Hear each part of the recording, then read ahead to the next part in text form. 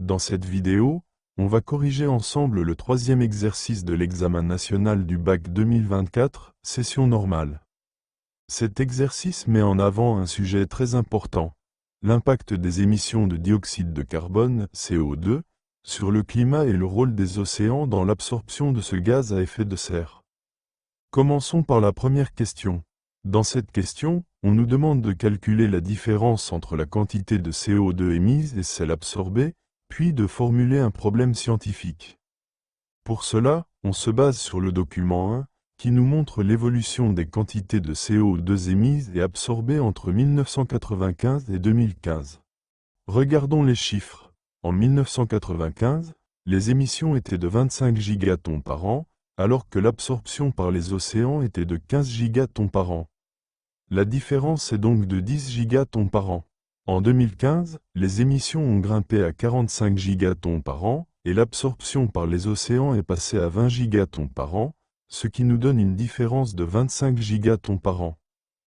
On remarque donc que cette différence a augmenté avec le temps, ce qui signifie qu'une plus grande quantité de CO2 reste dans l'atmosphère.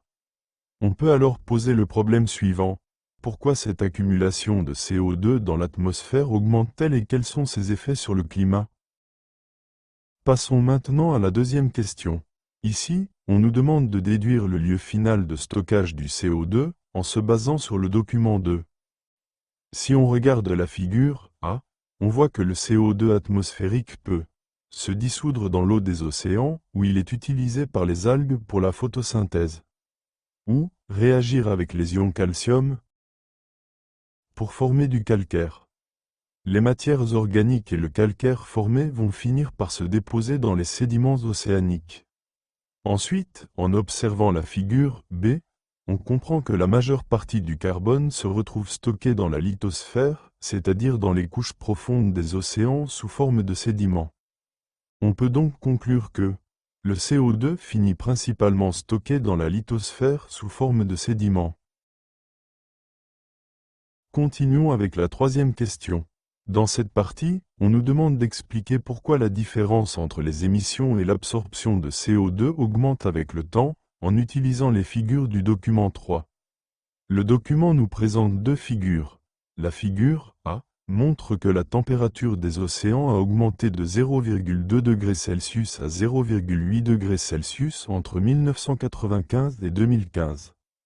La figure B nous apprend que la solubilité du CO2 dans l'eau diminue de 1,2 mol par litre à 0 mol par litre quand la température de l'eau augmente de 0 degrés Celsius à 40 degrés Celsius. Cela signifie que plus l'eau est chaude, moins elle peut dissoudre de CO2. En d'autres termes, avec le réchauffement climatique, les océans absorbent de moins en moins de CO2, ce qui entraîne une augmentation de la quantité de ce gaz dans l'atmosphère et aggrave encore plus le réchauffement climatique. En résumé, le réchauffement climatique réduit la capacité des océans à absorber le CO2, ce qui accélère encore le phénomène. Enfin, abordons la quatrième question. Pour cette dernière question, on nous demande de calculer la variation de température selon différents scénarios et d'expliquer pourquoi le stockage du CO2 est important. Le document 4 nous présente trois scénarios possibles pour l'évolution de la température entre 2000 et 2100. Pour le scénario 1, si on réduit fortement les émissions du CO2, la température augmente de plus 1,5 degré Celsius. Pour le scénario 2, si la réduction des émissions du CO2 est modérée, on atteint plus 2,5 degrés Celsius d'augmentation. Finalement, pour le scénario 3, si on ne fait rien, la température grimpe à plus 4,5 degrés Celsius. On comprend tout de suite que si aucune mesure n'est prise, les conséquences seront graves. C'est pourquoi le captage et le stockage artificiel du CO2 est une solution intéressante. L'idée est de piéger le CO2 et de le stocker dans les sédiments profonds, pour éviter qu'il s'accumule dans l'atmosphère et aggrave le réchauffement climatique. Si on veut éviter le pire scénario, 4,5 degrés Celsius de plus, il faut absolument réduire les émissions et mettre en place des solutions de stockage du CO2.